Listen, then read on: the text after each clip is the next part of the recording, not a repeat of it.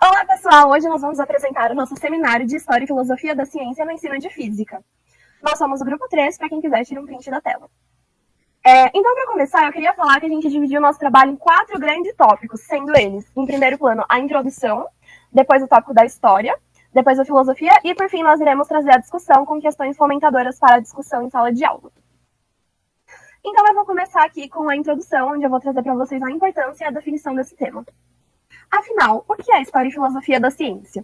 Bom, são 2 campos de estudo e pesquisa já consolidados e consagrados no Brasil e no mundo todo. Então, aqui na foto, nós temos o Newton, né, como representante da história da ciência, e o René Descartes como representante da filosofia da ciência. Agora, mais aprofundadamente, o que é história da ciência? Bom, é o campo de estudos históricos que tem como objeto de estudo não apenas o que hoje a gente aceita como ciência, mas sim o que em alguma época e de algum modo foi proposto e aceito como ciência. Então, por exemplo, não é porque hoje em dia a gente tem a teoria especial e geral da relatividade que a gente simplesmente pode ignorar o princípio do Newton, por exemplo. A gente estuda os dois para entender como que funcionava o período naquela época, os aspectos sociais, culturais, econômicos, e tudo é muito importante para a gente entender como a ciência é hoje em dia. Agora, o que é filosofia da ciência? Bom, é um campo de estudos filosóficos focado na compreensão, no questionamento e no aprimoramento dos processos e métodos científicos. Então, diferente da história da ciência, é um campo de estudo mais refletivo, onde a gente vai focar em entender e compreender as questões que nos cerceiam. Então, por exemplo, aqui nós temos o Galileu Galilei, né, lá da Idade Medieval, como um representante da filosofia da ciência.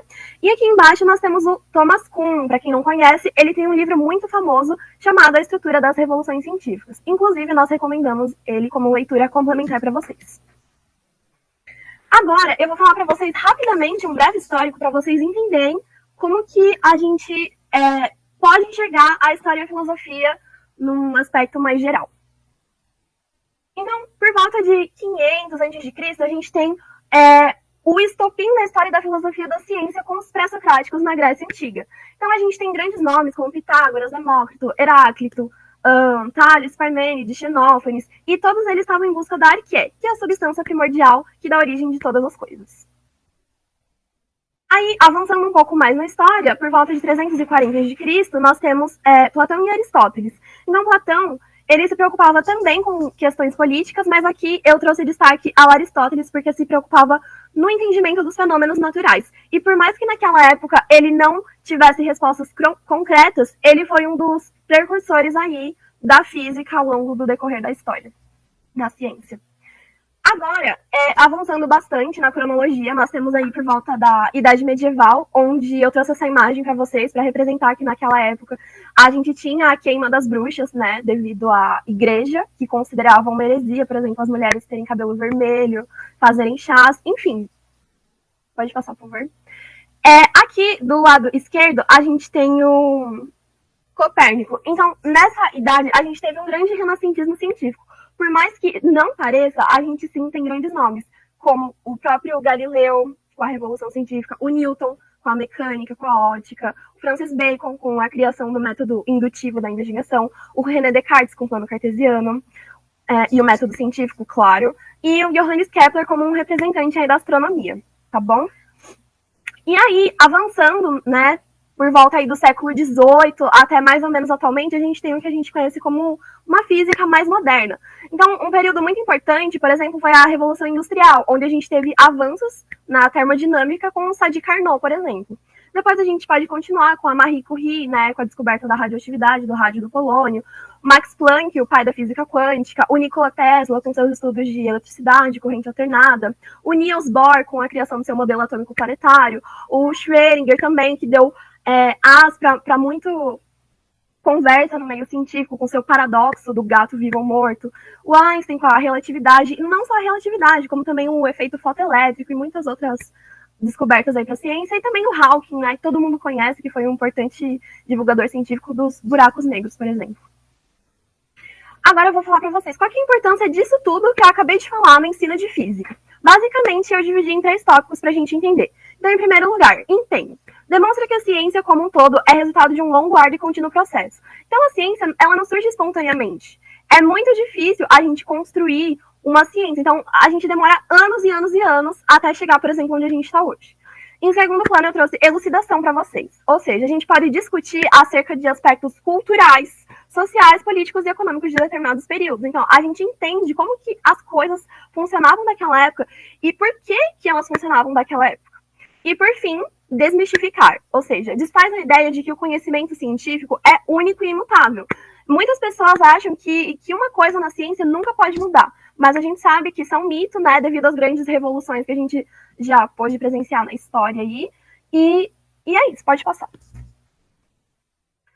Bom, por fim, eu trouxe para vocês aqui um trechinho da BNCC, que é a Base Nacional Comum Curricular, né? Segundo a competência específica 2, da parte 5.3.1, da parte de Ciências da Natureza e suas tecnologias do ensino médio, lá está incluso uma parte, né, que é obrigatório o ensino da história e da filosofia da ciência para os alunos. Então, é uma coisa muito importante para a gente estudar. E aí, então, a gente vai aprender agora como que a gente pode aplicar isso na sala de aula, né, de um viés mais geral. Bem, eu e a integrante Luísa vamos ser responsáveis para mostrar sobre a parte da história da ciência. E a história da ciência, ela, como a Rafaela disse, ela vai ser importante para mostrar os aspectos históricos da ciência durante esse tempo. E uma frase muito importante é essa do Sir Isaac Newton que está mostrando, que se enxerguei mais longe é porque me apoiei nos ombros de gigantes. E isso foi uma frase que foi mostrada numa carta enviada para Robert Hooke, o seu rival, que isso mostra o que seria a história da ciência, né? Que Newton, nem o Newton, que foi, por exemplo, o pináculo da ciência para muitos, ele teve um caminho a seguir. Ele teve cientistas em que ele se inspirou antes dele se chegar nele, e não só ele, mas como todos os cientistas se inspiram em outros cientistas. Bem, a física e a sociedade. Cada nova revolução científica, cada nova teoria tem o seu cerne, tem o porquê. E isso também teve no meio científico do Newton. As leis da mecânica foram importantes no meio da hidrodinâmica e hidrostática porque a cada vez precisavam se levar cargas maiores para maiores distâncias e em menos tempo. E para isso também teve que ter essas leis da hidrodinâmica e hidrostática. E a balística, claro, por causa das guerras e do que estava acontecendo naquele tempo, tanto que, naquele momento, foi calculado que o ângulo de 45 graus seria o ângulo apropriado para você lançar um projétil a uma maior distância. Pode passar. E uma pergunta que fica pertinente em nossa mesa é que por que as escolas separam a história da física? Por que não ensinar elas os dois? Por causa que separar, vamos dizer, uma ciência humana de uma ciência exata, da natureza, e não juntar elas duas. Porque você sabendo a história por trás dessa física, você poderia entender melhor o que se passa, quais são os conceitos que estão na física. Bom, outra coisa que a gente pode falar sobre a história da ciência é sobre a física na Idade Média, porque muitas vezes a gente pensa nesse período da história como um período obscuro em que não houve o desenvolvimento da ciência, por isso também a Idade Média é conhecida como Idade das Trevas. E tem muito esse mito, né, que os cientistas pararam completamente nessa época, que não havia mais contato com a ciência, o que não é verdade. Então é importante a gente mostrar para os alunos que esse período, na verdade, teve sim alguns avanços, embora não seja muito falado. Então a gente tem aqui o exemplo do Filopono e do Buridan, eles sugeriram mudanças na física aristotélica, e eles introduziram o conceito de ímpetus, que é uma entidade que garante a preservação do movimento em um corpo. O Filopono, ele dizia que o ímpetus era temporário e que era necessário ter uma força agindo para o movimento existir. E o Buridan dizia que o ímpetus era permanente, então ele ia agir até surgir uma força oposta. Então ele já utilizava, ele já se apropriava de alguns conceitos da mecânica clássica, como o de massa, se assemelhando à ideia de inércia de Newton.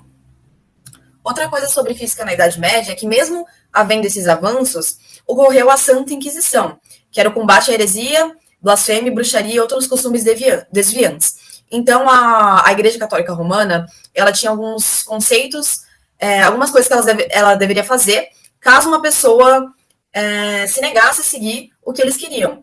Então, a gente tem dois cientistas filósofos naturais, na verdade, que foram afetados nessa época, que foi o Giordano Bruno e o Galileu Galilei. Eles abriram caminhos para o desenvolvimento da lei da inércia e eles foram muito afetados pela Inquisição. Então, basicamente, o Giordano Bruno, ele expõe de forma revolucionária o sistema inercial de referências, e ele tem um pensamento muito mais articulado do que dos antecessores dele. Então, o Buridan, que a gente falou agora há pouco, na Idade Média, ele quase chegou onde o Giordano Bruno chegou, mas ele acabou decidindo pela imobilidade da Terra. E a construção desse sistema inercial amadureceu ainda mais com Galileu Galilei, que permitiu que outros filósofos naturais pudessem desenvolver essa ideia. Então, depois dele veio René Descartes, veio Newton e assim por diante. E o que aconteceu com eles? Basicamente, Giordano Bruno ele foi denunciado diversas vezes para a igreja por conta desses trabalhos dele, e ele acabou sendo condenado à fogueira em 1600. E já no caso do Galileu Galilei, ele resolveu escrever uma carta para a igreja que a gente chama de Carta de Abjuração. E ele fala o seguinte: mas por ter sido ordenado por este conselho abandonar completamente a falsa opinião que mantém que o Sol é o centro e o móvel, e proibido de manter, defender ou ensinar a referida falsa doutrina de qualquer maneira, estou desejoso de remover das mentes de nossas eminências e de todo cristão católico essa veemente suspeita acertadamente mantida a meu respeito. Portanto, com sinceridade de coração e fé genuína, eu abjuro, maldigo e detesto os referidos erros e heresias. Então, ao contrário do Giordano Bruno, o Galileu, ele expôs abertamente a sua opinião, assim, ele realmente não chegou a ser julgado, né, condenado para a fogueira, mas ele teve que escrever essa carta pedindo perdão à igreja pelos seus trabalhos, por todas as coisas que ele estava propagando.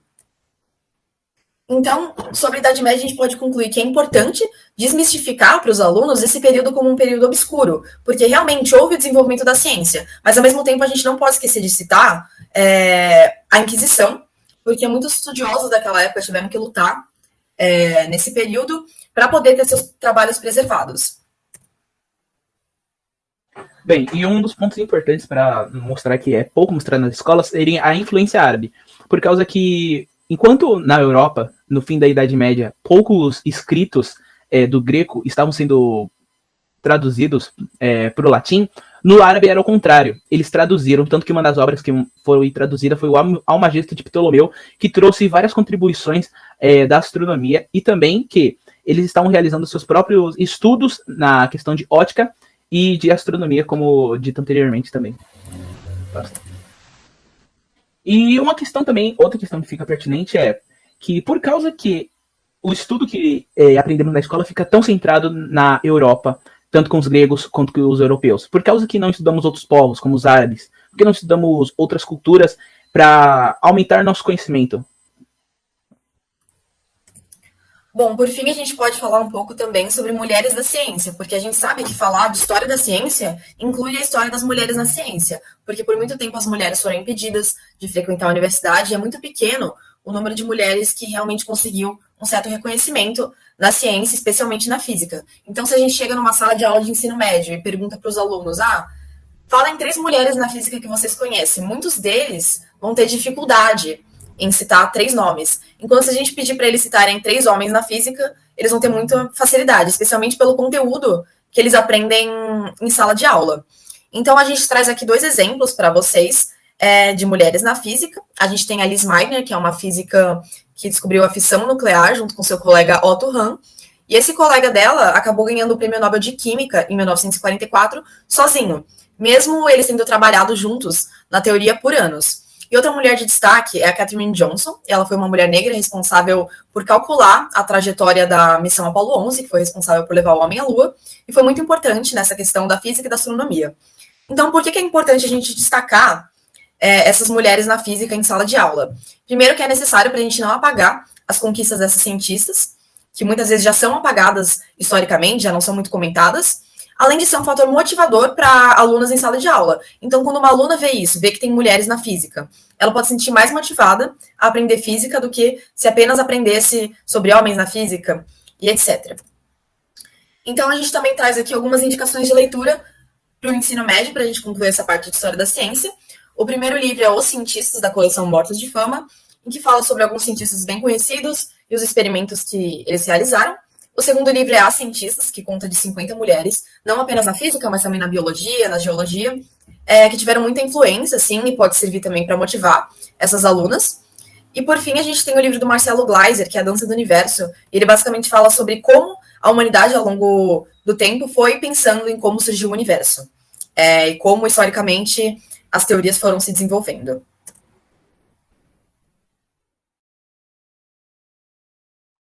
Olá, que agora eu e o Gustavo vamos falar um pouquinho sobre a filosofia da ciência.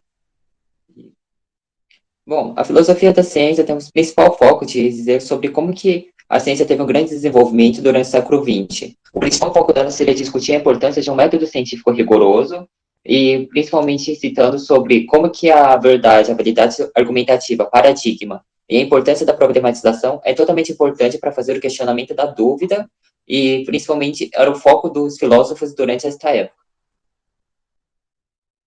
Alguns temas que podemos abordar no Filosofia da Ciência seriam sobre as teorias científicas e a sua construção, além das condições para as teorias serem aprovadas e como que ela incorpora nas suas práticas, e o principal foco que é a racionalidade e o que é o empirismo e discutir principalmente sobre a ciência em geral. Bom, para começar a discutir um pouco sobre o que é a filosofia da ciência, temos que dizer como que ela se surgiu. A física teve surgido durante a Renascença, durante o século XV e XVII, principalmente com um filósofo chamado Galileu. Mas as origens foram na Grécia Antiga, no século VI a.C., com o surgimento do pensamento racional. A humanidade tentou compreender e explicar sobre o mundo, produzindo os primeiros pensamentos para a elaboração de crenças e teorias construídas sobre os fenômenos da natureza. Bom, as explicações eram equivocadas, né? Como que pode ser a parte compreendida pela mitologia grega. Um deles seria como que eles definiam sobre os relâmpagos. Eles diziam que Zeus era o principal responsável para que no mundo ocorra relâmpagos na Terra, ou que o mar era responsável pelo Poseidon para ter grandes ondas, corrompendo a civilização. Bom, o surgimento, na verdade, da democracia, né, foi durante a Grécia, e os surgimentos tinham a ideia para convencer as suas teorias e elaborar conceitos concretos e raciocínio lógico. Foi durante essa época que se teve a criação de um método científico, não tão válido, mas era uma ideia dos primeiros pensadores a tentar convencer as suas teorias.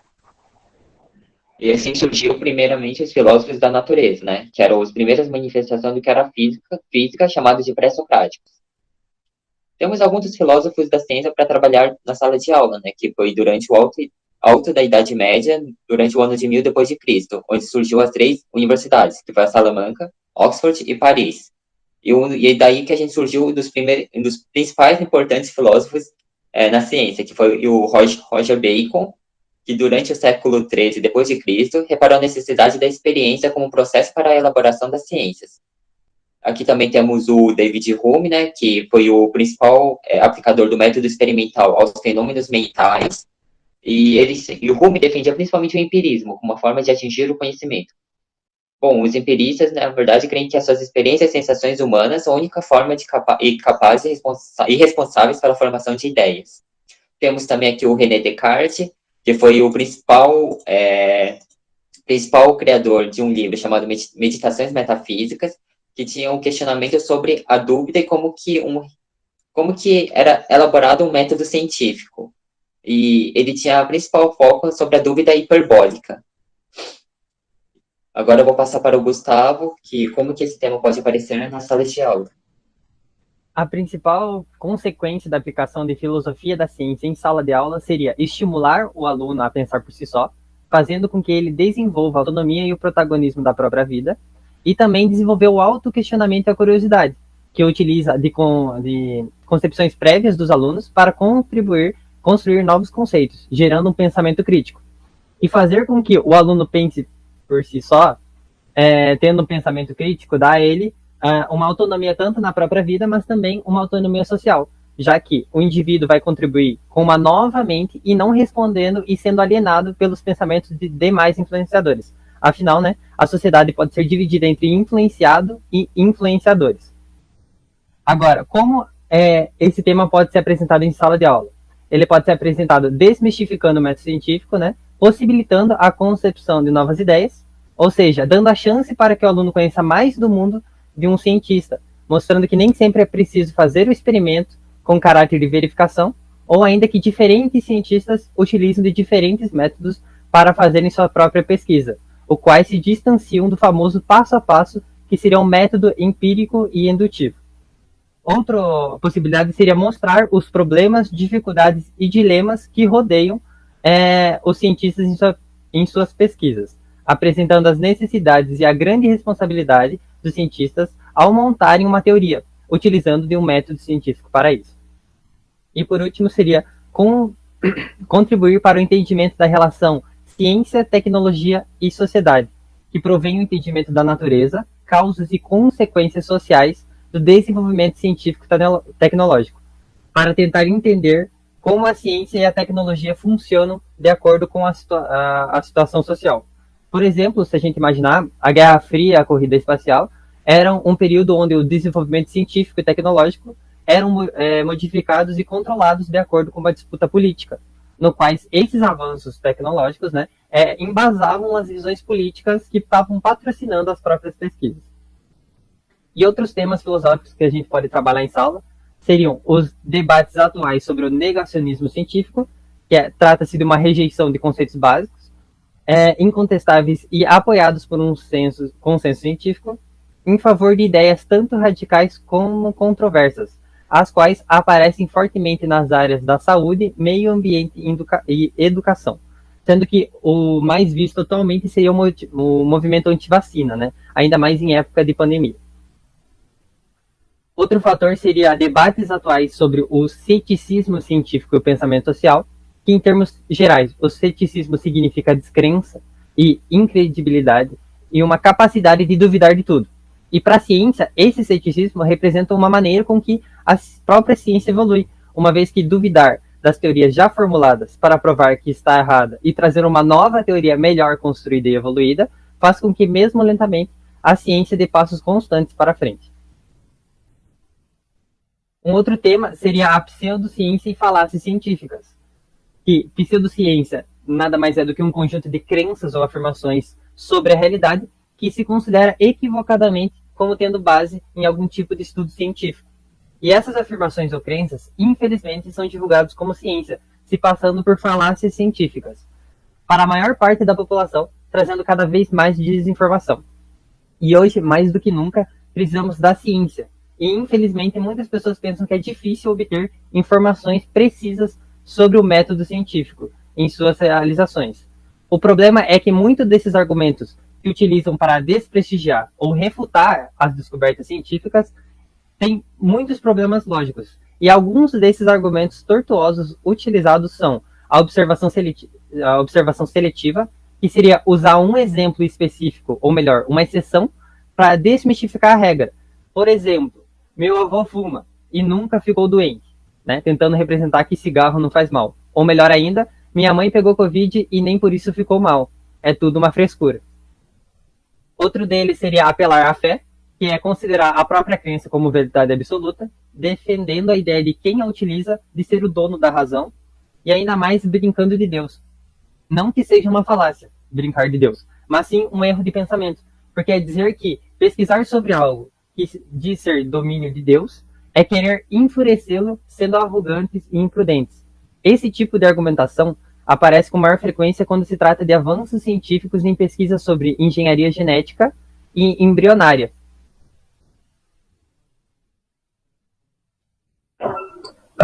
Oi.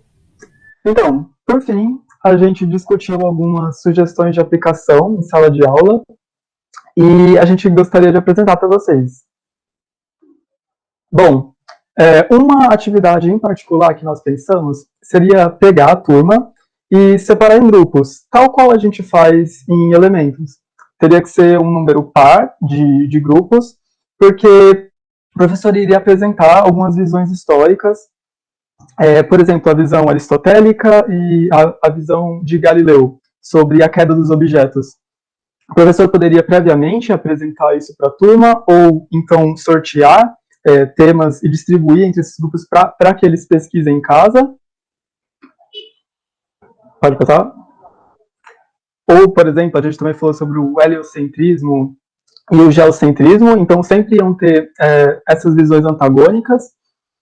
E a gente ia realizar uma espécie de debate entre um grupo e outro, na frente da turma e tal, mas sem rivalidade aqui, não se trata de quem vai ganhar, né? Porque talvez você pense, é óbvio que o heliocentrismo vai ganhar se eles derem uma googlada, ou óbvio que a visão do Galileu iria ganhar, mas aqui se trata de fazer com que os alunos se sintam parte da história, parte agentes do conhecimento científico. Porque, ao final, né, dessas rodas de debate, a gente também passaria um questionário para eles, para que eles refletissem mais a fundo sobre isso. Por exemplo, será que as pessoas, seus pais, por exemplo, pensam que objeto cai mais rápido, né? Será que é o mais pesado? Ou como que o geocentrismo ainda é utilizado nas navegações, quando você vê lá a abóbora celeste e tudo mais.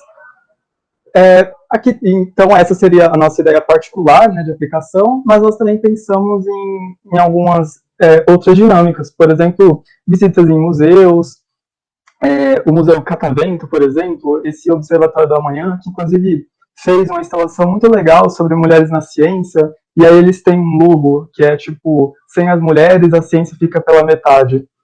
Então seria muito legal, né, levar isso para os alunos, fazer com que eles tivessem acesso a isso.